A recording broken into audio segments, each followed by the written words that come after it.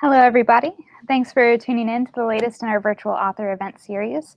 Joining us tonight is Jessica Lévai to discuss her debut novella, The Night Library of Sternendach, a vampire opera in verse. Look how pretty it is.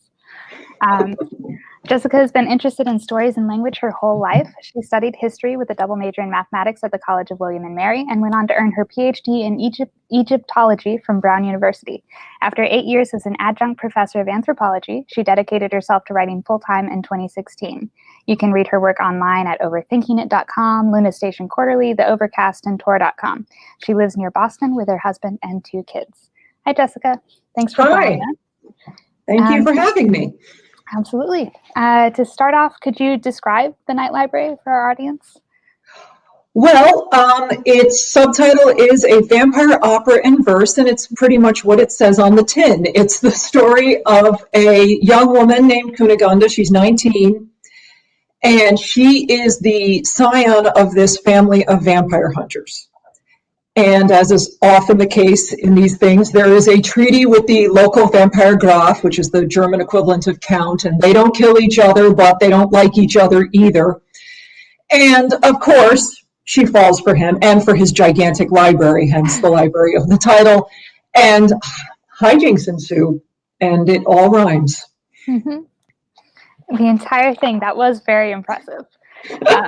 How well the rhymes fit together and like how easily it flowed even while rhyming. I was very impressed by that. Could you give our audience a sample so they can see how the rhyming works?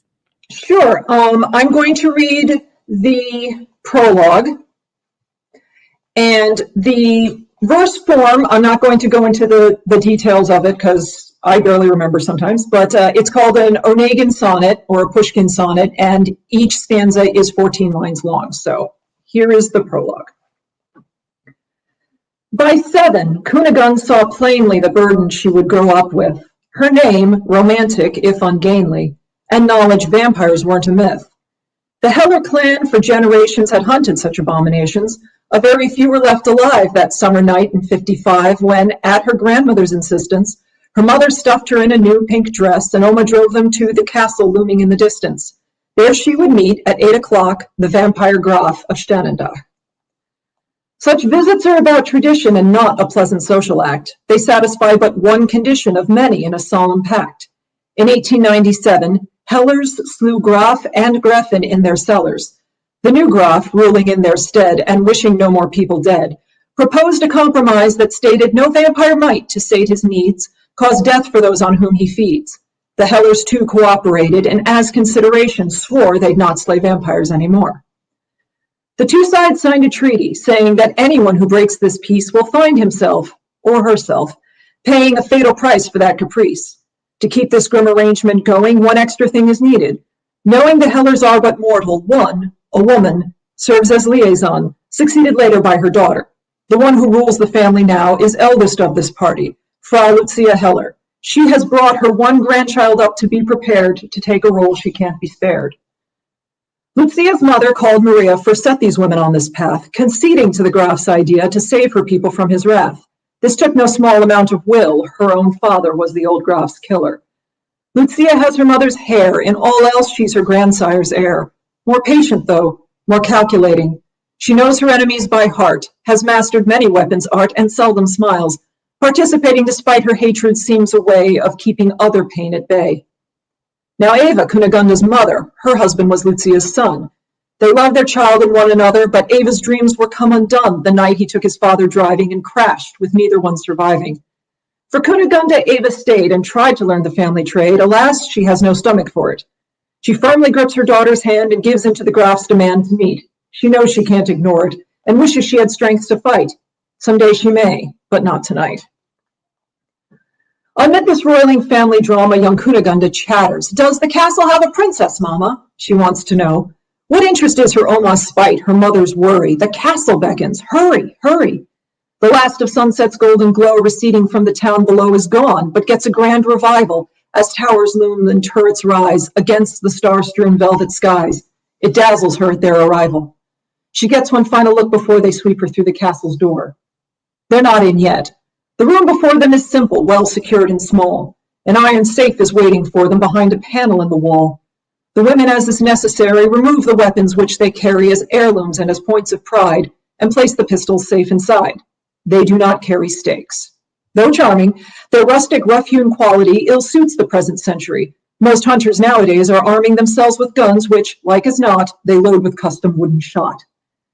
These precious guns now locked securely away, Lucia takes the key. "Good evening, Timok," she says. "Surely, you'll come out now where we can see." He steps out from the shadows lightly. He greets Lucia, nods politely, then shows the way with outstretched hand. The child knows Timok is no man. A vampire and the Graf's retainer. He's seen 300 winters pass. And there's no fighter in his class, Aroma says, though he looks plainer than she'd have thought. A poor surprise, this vampire first to meet her eyes. Their footfalls echo in the quiet of hallways lined with tapestries. A candle winks as they walk by. It sends shadows dancing, and she sees the figures as alive. The glinting of golden thread, its richness hinting at fairy story opulence, appeals to 7-year-old sense. When Timok stands aside, revealing His Excellency's private suite, she almost cannot keep her feet. And yet it's not the painted ceiling, the draperies or cornices that draw her gasp, for there he is. If Timok's only ordinary, his lord looks every inch the part of vampire prince. His height, his very demeanor serve to touch her heart with frost. He leans against a table in formal suit of gray and sable, with only one chromatic note, the red silk knotted at his throat. He turns toward them. Is she staring? Does she sense something just beneath his smile, which does not hide his teeth? He has a graceful, noble bearing, but Oma gave her this advice: there's none alive who's crossed him twice. Good evening, ladies, and his voice is as smooth as glass and just as fine. What can I offer you? Your choice is some coffee or perhaps some wine. Lucia is the first to answer. I beg you, spare the courtly dancer. We understand why we are here, since you required we appear. With narrowed eyes and sour expression, he says, it is a true delight to have you in my home tonight. He softens. Ava, your vision, how kind of you to come. But she looks wistful at his courtesy. So this at last is Cunegonde, the Graf says in his silken tone. Just 7 years. It is a wonder how in such time the child has grown. Although his presence may have jarred her, he kneels now, better to regard her, and asks for only her to hear, how do you like my castle, dear? It makes her feel a little braver, the gentle way he asks, and soon she sheds her diffident cocoon. His eyes upon her never waver. He listens to his youthful guest describe the parts that she likes best. What's that? She asks. The vampire rises and turns to look, then gives a laugh as he sees what so tantalizes the child, a volume bound in calf and tooled with gold. He reads the title, The Stars of Sternendach, a vital retelling of our country's lore. Perhaps you've seen its like before. He opens to an illustration of knights and princesses below an astral vault and bends to show it her. She nods appreciation, but says to him, and now I need to hold the book so I can read. He hesitates, but she's insistent. He says, then take it for your own. Lucia's face shows she's resistant to this largesse their host has shown. She says, if this concludes our meeting, you must excuse us. We'll be needing to take our king home. It's late. Might Timok lead us to the gate? The Graf, ignoring her, releases the book to Kinga's eager hand and says to her, now understand, this work contains some favorite pieces of mine. Enjoy them, little one. I'd like your thoughts when you are done. For now, good night and pleasant dreaming. And so her heart completes its thaw. She clasps her lovely present, beaming, her fear of him transformed to awe. She curtsies like her mother told her, and only once looks over her shoulder to watch the Graf recede from view. Once Timok leads her family through the halls, Lucia stops to gather their weapons, and like that, it's done. The ride home is a silent one. A tired Cunegonde would rather stay up to read, but in the car's back seat she sleeps and dreams of stars.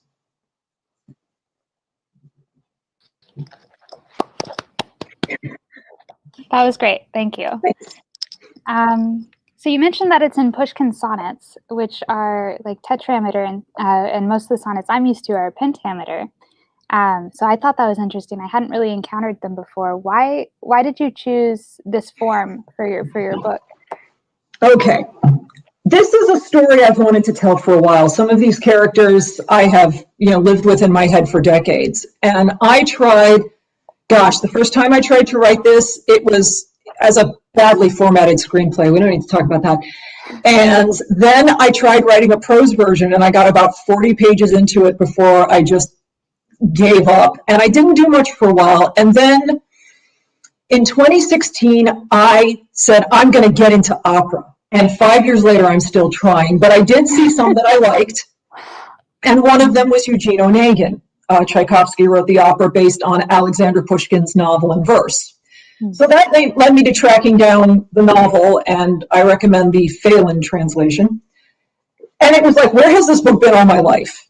I just loved it. It's different from the opera in tone, but it was cool. And so one day I thought, why don't I take that story, that Kunigunde and the Graf story? I am going to write 2 sonnets. I'm just going to pick a scene at random, and I'm going to write them, and I'll take them to my writers group, and we'll all have a good laugh, and then I'll do something else. And they didn't laugh. And it got a really positive response. So I thought, okay, I'll try writing more. And those 2 first, I don't know how it's going to work. I thought those 2 stanzas took me 2 whole days to write. Yeah. But I decided, okay, I'll try writing 50 stanzas or 60 stanzas and then just see if I get tired of it. And I didn't. So eventually I had, the grand total, I think, is now 253 stanzas in the whole book. Wow. Yeah, that's awesome. It definitely, it flows so well. You wouldn't think that it takes that long to write, but I can see why it would, because like, to make that flow, to get a rhyme that works with a sentence that's going across the line breaks, it's impressive. Enjouement is your friend. Going across the line breaks, definitely. And it was hard at first, because I thought, okay, 1 a day, this will take me a year, but there were days when I could not make it work. And then there were days where I could write half a stanza in an hour and go do something else. So practice helped. Yeah, I'm sure. And 2016 was when you said you started writing full time, right? So that, yes. I'm sure being able to concentrate fully on one thing helped too. It did. I was a little obsessed with it. Understandably so. Everybody should be. Go read the book. But so it's entirely in Pushkin sonnets, except for one part where you do switch. There's a letter that the Graf writes that's in English quintains. Is that right? I had to look it up. Sure. Okay. I was looking, I wanted to do something different for his letter. You know, how does a 400-year-old write? You know, and also I just wanted to mix it up a little bit. And I remember I spent some time in the poetry section at the public library. I looked at Goethe, I wasn't going to do Shakespeare. That seemed a little on the nose. And then I made the leap to metaphysical poet John Donne. So I stole that particular form from one of his letters to Lucy Countess Bedford. And I don't remember how that poem goes, but I remember I've read it like 20 times and it still makes no sense, because that's just done for you. But and so I wrote the letter, and I remember the first stanza, as it is in the book, I put as an alternate, and I wrote one that was much more straightforward in grammar, because I told my fellow writers, I said, I wasn't sure about the stanza. I was afraid it was too complicated or, wait for it, overdone. Yeah, but they told me to go for it, so I did. I thought it worked. Thanks. But yeah, I did like that his part that was directly from him switched form, because he is like so separated from everyone through his vampirism. But yeah, so it did read a little bit as like an older form, or a more formal form, I guess, because of the quintains. And so this is also, it says the 1960s on the back. What made you choose? It says 1960s Europe. Is it in Serbia? Is that how you imagined it? I like to say it's Liechtenstein without the research. Okay. So it's a lot of it is based on half of my family comes from southern Germany, Freudenstadt and Dietersweiler. So there's a scene where a character has breakfast that is pretzels, meat, and like that was the breakfast my Aunt Lilo made for us every day. You know, nice soft pretzels. So that's some of where it came from. I don't have anything in particular as far as the time period. I decided a long time ago that the inciting incident of the hunters killing the first Graf was going to happen in 1897. So there I just had to measure out the time. Why 1897? Because that's the year Dracula was published, and I got it into my head that that's the year I wanted to have it. Yeah, that's a fun Easter egg. That I don't know if there's a way to. I don't know that you would pick up on that from reading it, but it's a fun element to know now. But yeah, I enjoyed, because most of the vampire things that you read are either like back in like Dracula times or like now in modern times. So it was fun to have something that's like in the middle there, where like they've got guns and cars, but it's not necessarily now. They don't have cell phones. Right. No Not internet. that I'm afraid to write a story with cell phones in it, but I just didn't want to. Not for this. Right. It's more fun to have the like courtly carrying of letters rather than the texting. And how did you go about naming everybody? I thought it was interesting that the vampires' names were like Amy and George, which feels so modern compared to like Lydia and Cunegonde. How did you decide on everyone's names? I'm trying to remember where I got Cunegonde. It might have been from Candide. I'm not sure. My German grandmother's name was Louisa, so my father thinks that's why the grandmother here is named Lucia. I honestly can't think of a reason to disabuse him of that. The Gräfin character, Amy. Her name has been Amy from like, no, you got to come up with something a little more vampire for this. So I did that, and I just like the name Georg. It's my favorite version of George. Mm-hmm. Okay, hearing it as Georg, it makes more sense as like a vampire name. Yes. But I was like, Amy and George. Yes, no, it's Georg. It's, oh God, Christopher Plummer in The Sound of Music as Georg von Trapp. Okay, yeah. There you go. A little bit Candide, a little bit Sound of Music. You got all your operas in here. All sorts of stuff is in here, yeah. That's nice. And so there are a lot of different vampire myths. What are some of your favorites, and were there any in particular you were drawing off of when creating this? As for my favorite vampire stories, I might say my exposure to vampires was to Anne Rice when I was in high school. A friend of mine was reading it, and I devoured it. So that kind of set up, what I think of as the rules and that sort of thing. One of the Easter eggs that's in this is that Lucia goes out once a year to hang out in Serbia in a village called Kisilova, where she can just kill vampires to her heart's content. There's a story, and I'm going to apologize to my Serbian friend right now because I think I'm going to mispronounce this, about a man named Peter Blagojevic, who was dug up on suspicion of being a vampire and re-murdered by the fellow villagers. This was in the, I want to say 17th century, and we have a record of somebody who was a town official who wrote down everything that happened and what they found when they dug him up.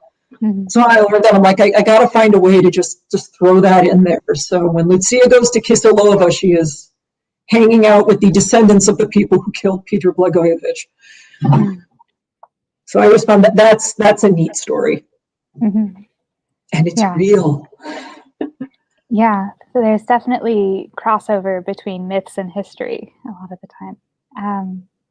But yeah, no sparkling vampires in this. No sparkling. They're definitely going to have fangs, and I'm very partial to the sunlight burns them thing. I like that myself. I figure if you're powerful and preternaturally beautiful, there's got to be some kind of ceiling on that thing. That's something that means you're not completely all powerful. Or it's just not fair. Yeah, and it helps create the like gothic mood when all of the scenes are taking place at night.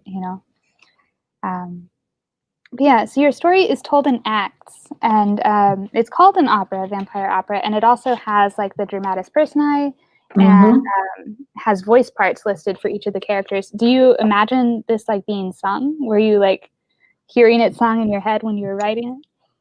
Maybe. I wish I had the ear for it, to tell you the truth. Still trying to get into opera. But I do have, like my personal fan casting for some of the roles. Can you share your fan casting? Oh gosh! And of course, now I cannot remember her name. But there is a particular soprano, and she's from Latvia, and Christine Opalai. She is a soprano. She's definitely going to be Amy. In my head. There's a bass named Stefan Kochan. He would be Timik. And I haven't cast Kunigunda. I'm not sure. That'd be fun. Yeah, I don't know. Since we talked about Candide, now I'm just picturing like a young Kristen Chenoweth. I don't know where to put Kristen Chenoweth in this. She's got to be in it, right? Let's see. So in the way it is now, because it's more third person than it is dialogue, if it were an opera, you definitely need a narrator. Right? Yeah, you need it, but you can do some of that in opera. I mean, one of the things that's great, I can't speak so much to modern opera because it's not my jam. But one of the great things about opera that you can't do in regular stories is the data dump. You can have a minor character sing a song that tells the other characters' backstories, and that's perfect. Sometimes they're the most fun numbers there. In Il Trovatore, the evil, the bad guy's first in command tells the bad guy's backstory, or in Queen of Spades, there's a long ballad that explains how the Queen of Spades, this lady who's called that, used magic to win at gambling, and now she's cursed or something. So that helps. So I'm sure that you could tweak that a little bit. And then there are some places where I'm like, yep, I am writing this character's aria. There's a part where the Graf explains his emotionally scarring backstory, and that actually was inspired by Tomsky's ballad. I don't understand Russian, but I like listening to that particular aria because it sounds like someone telling a story. So that's the rhythm I kept in my head, and imagining a baritone singing it, which one does. So.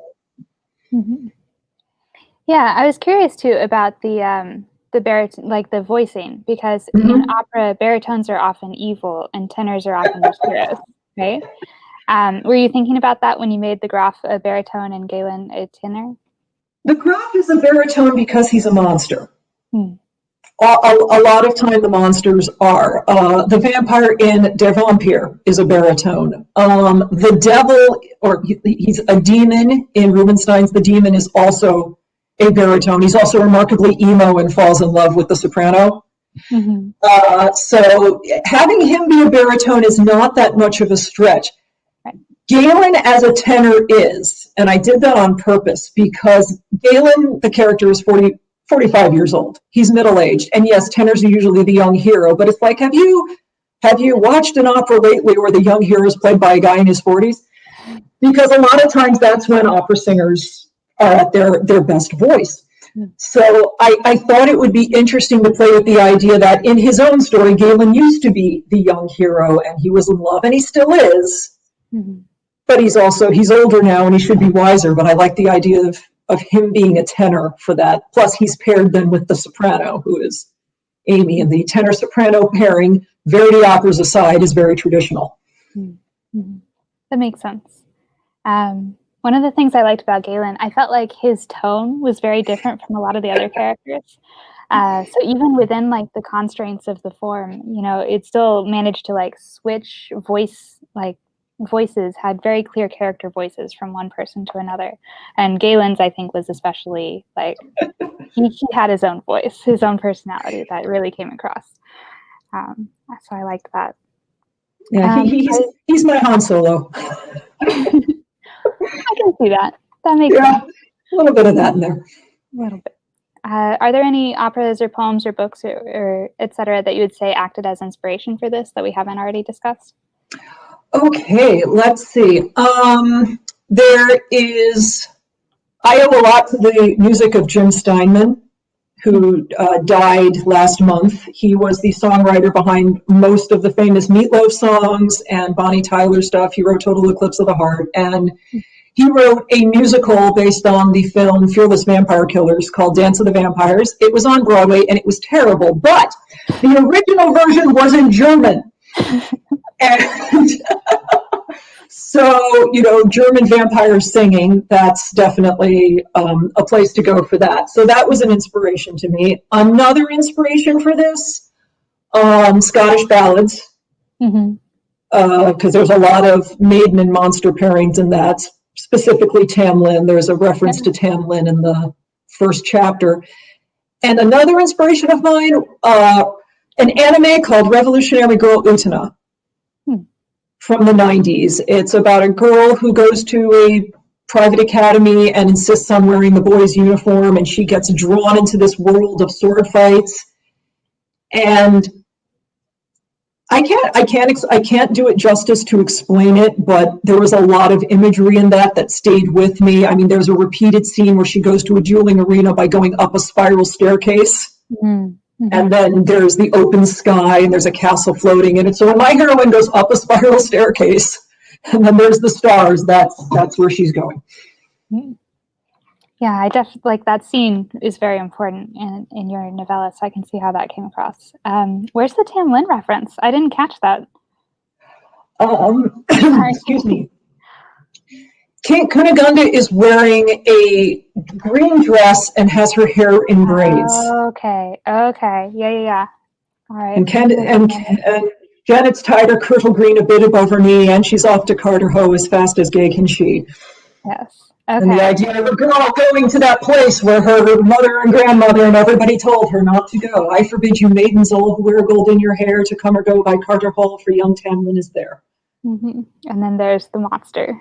Yep. It's that very captive versus vampire, but yes, very good.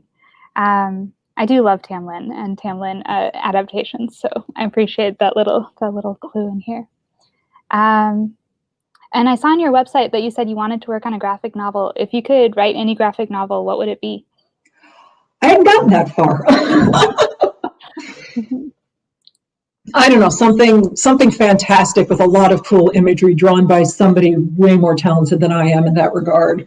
Right. Yeah, images very much are like important in here, so I could see how it would translate, or your other writing that you do would translate well to a graphic novel. That would be neat. And I'll tell you, one of my dreams is that maybe somebody will read this book and make fan art and share it with me. If anybody wants to, that would be awesome. Because I cannot draw. Well, you've done so many other things. You've done poetry, you've tried prose and screenwriting. You've got all the other talents down. So somebody else needs to do the yes. drawing. What are you working on now? And what can you tell us about it? I just wrapped up the latest draft of my next novel. Ooh. Yeah. I wrote 2 drafts of it in the space of a year and then didn't touch it for 2 years, and then finally decided, what with COVID and all, I wasn't going anywhere. So yeah, I rewrote that. It doesn't have a title, so I've just been referring to it as Magnum. This is a Zoolander reference. And it's a play on mythology, these stories where the king receives the prophecy that his son will kill him and what happens next. And I always wondered, what if the king just, decided to roll with it and didn't try to put the kid in a jar or throw him off a cliff? What if he had the maturity to say, gotta go sometime, let's just make the best of what we have, and where it goes from there. And it ballooned. So is it in prose? It's in prose, yeah. Oh, I thought about it. There's even a little section where I'm just writing it in blank verse in iambic pentameter. I'm like, no, you're going to write this in prose to show that you can do it. Mm-hmm. Very cool. Did you ever read The Book of Mordred by Nancy Springer? No, I haven't read that. No, it has a sort of an element, like that sort of a twist where it's like, in it, King Arthur does have a good relationship with Mordred and they get along fine. But then Mordred has heard the prophecy that he's supposed to kill his dad, and he's like, that's going to tear me up. You got to take my soul out so it doesn't destroy me. So he takes his soul out and then he kills his dad, So it's a sort of a very That'll happen. spoiler alert. Yes, everybody who hasn't. Oh yeah. If you don't know anything about Mordred. Right. But yeah, so that kind of reminded me of that, but in obviously a different direction. But yeah, that sounds really cool. You should definitely let us know when that's published so we can have you back on and talk about that again. Well, I just printed out the draft, so now it's in the show it to my husband stage. And and then from there. How long is that one? Is it also a novella, or is it, you said a book? It's a tough thing to say because it's about 61,000 words right now, which is not to say it couldn't get longer. And I don't know, I'm panting by the end of that. So I don't know how people write these 200,000 word books. It's just not a thing I do. But it's also weird because most fantasy novels are at least 80,000. So I guess we'll see where it goes. I think of it as a novel. It's more than twice as long as Sternendach. So that. Yeah, that seems like a good size. I think so. Yeah, there are enough doorstops. Right. Yeah. Especially when there's like 12 of them in a series and they're each that big. It's like to start, you gotta build up some momentum to get into those. Whereas something this size, sit down for an hour, At this point in my life, I find that sometimes the words book one of the blank saga, I'm like, Yeah, especially saga. Saga means they couldn't count it, right? Yeah, saga, you're in for it. And I get the appeal of that, but I can't always sink into it. And the worst are the ones where it's a doorstop that ends with a cliffhanger. I'm like, no, you got to give me something to chew on before I have to go and track down the next book. Right.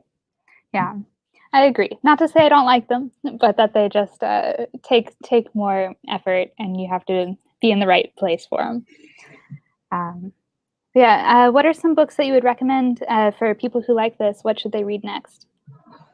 I would recommend the Flat Earth series by Tanith Lee.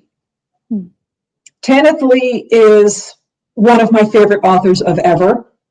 She passed away a few years ago, and I remember being bitterly angry because that meant she would never finish all the stuff that she was working on because she was very prolific. But especially the first book, Knight's Master, is great. It's not very long. It's 80,000 words, which is practically a novella in today's fantasy terms. And it's constructed of short stories that are focused continually on her character, her main character is sort of a demon.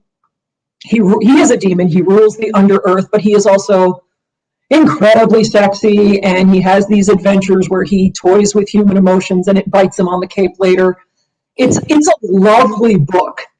I mean, the problem if going back to it is like, oh right, I forgot how awesome she is, and I'm not that awesome yet, but something to strive for.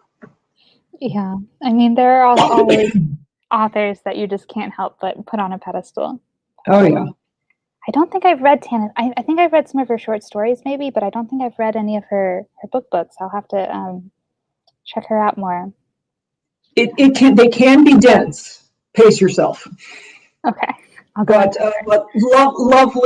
lovely imagery, lovely descriptions. I like her a lot. I read her stuff every January. I call it Tanuary. Sorry. And I'm going to pick a new book of short stories or something. I once read nothing but her for a whole month. That turned out to be a bit much.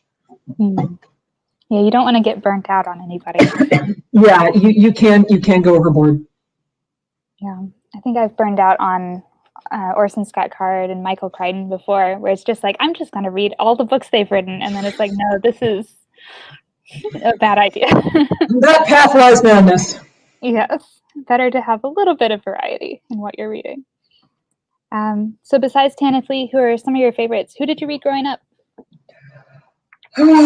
Probably a lot of books I shouldn't have. I remember I read, when I was in high school, which wasn't bad, but I remember my mother occasionally having reality checks with me, just to make sure I knew vampires weren't real.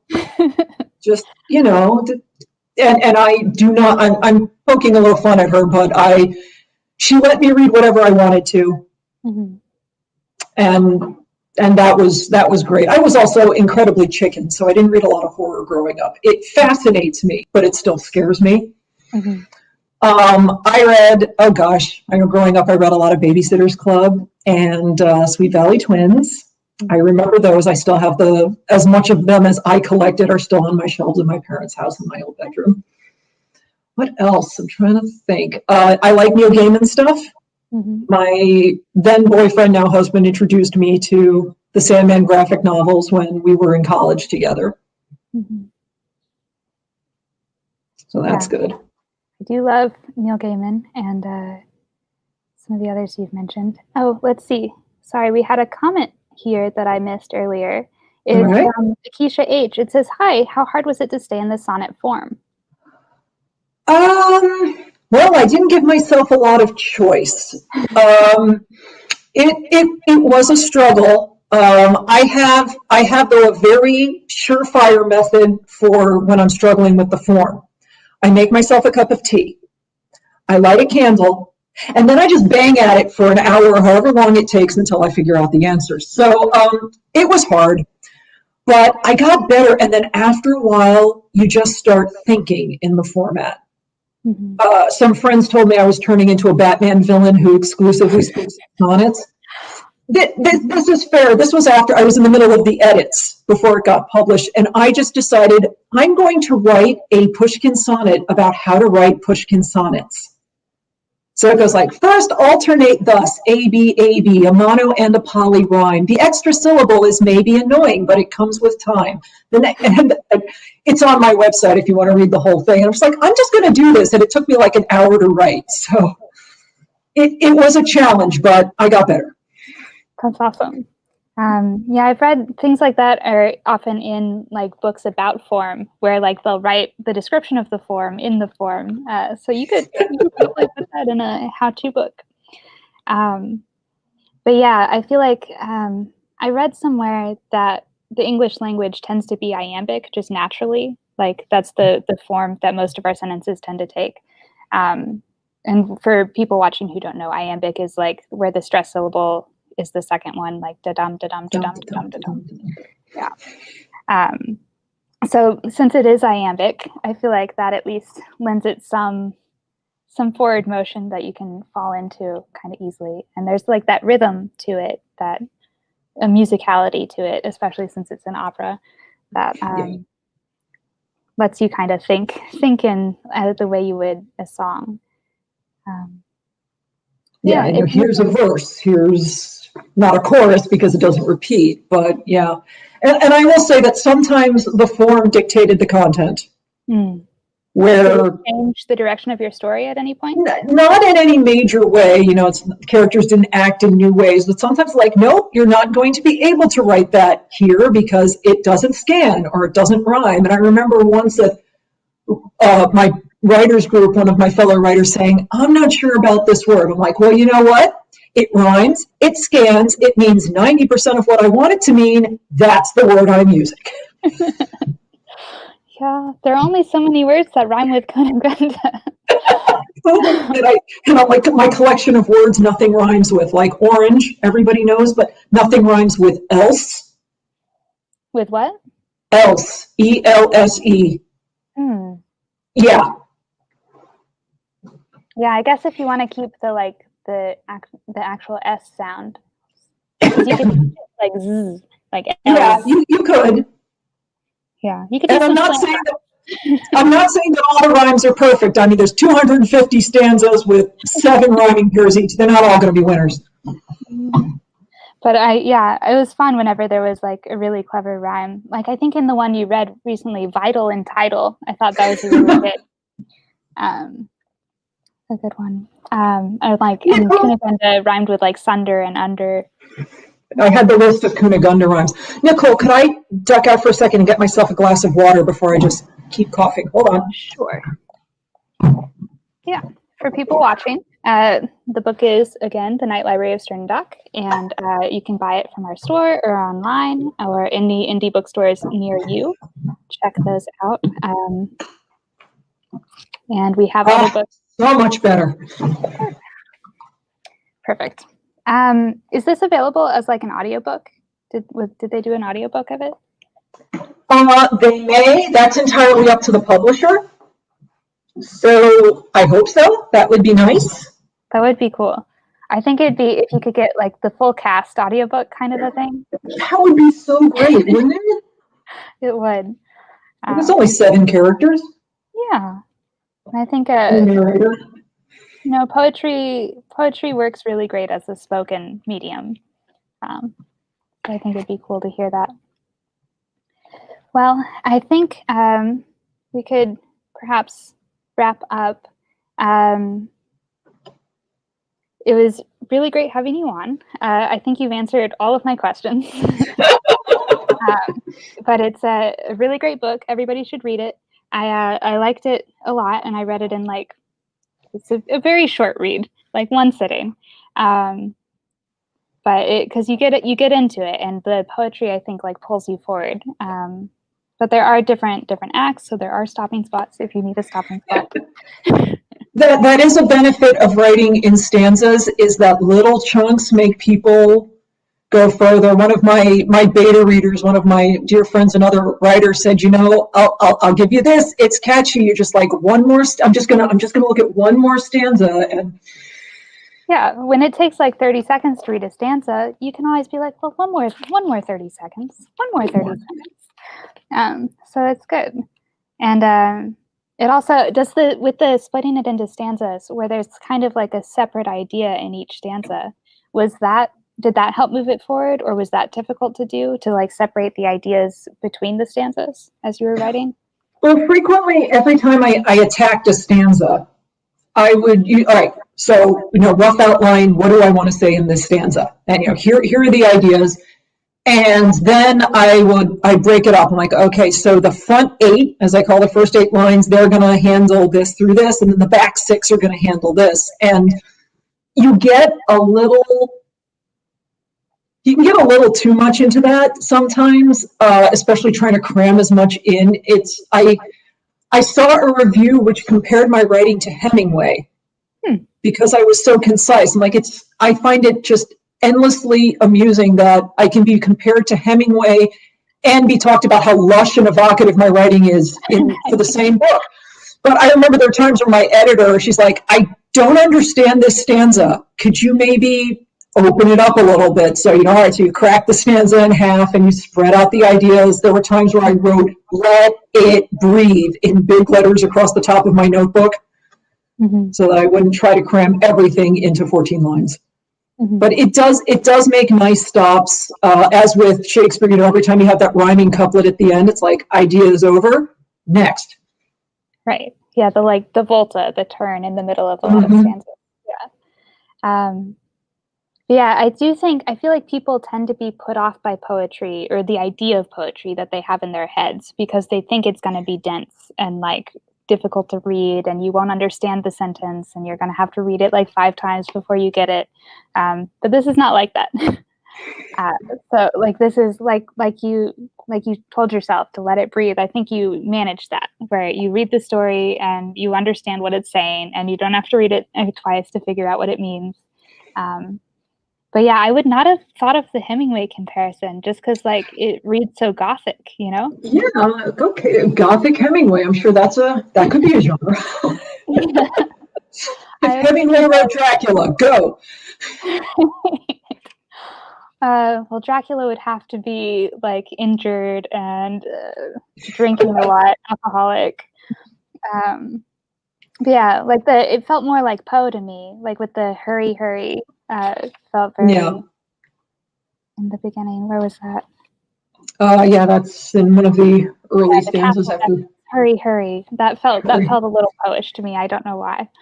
Poe is good for this. For what it's worth, I don't consider myself a poet. I consider myself, I think of this more as verse than poetry, and I don't know, maybe it's just false humility or something, but I remember somebody describing Poe once as a bad poet but a good versifier. I'm like, I will take it. Although I am mad at Poe for taking all the good rhymes for the word remember and pouring them into one poem. So now nobody can rhyme anything with remember without sounding like either the Raven or the opening number from the Fantastics. It's just thank you guys for bogarting all the rhymes. What are the rest of us supposed to do? Pretend it's an Easter egg. That was an intentional Poe reference right there. It's an homage. Exactly. Yeah, that's interesting that you don't consider yourself to be a poet.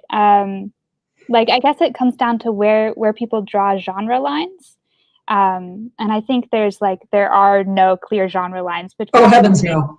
So it all just depends on how each individual slices it. But I feel like if you wrote a book entirely in sonnets, then I think you can count yourself as a poet. But especially if you were thinking in iambic tetrameter for a while there. Yeah, I guess that does seem to suggest something that maybe I just haven't woken up to about myself. Well, you can be all sorts of things. So if you're a poet, I contain multitudes.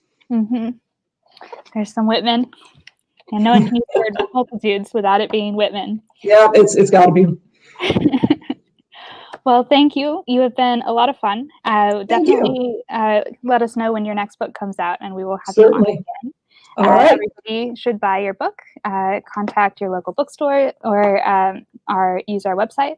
And I can vouch for ordering through your website. Thank you. I ordered a bunch of books and they arrived beautifully packaged, and I was very happy. Well, good. Thank you very much. And everybody who's watching, have a good night. Thanks. Good night. Thank you.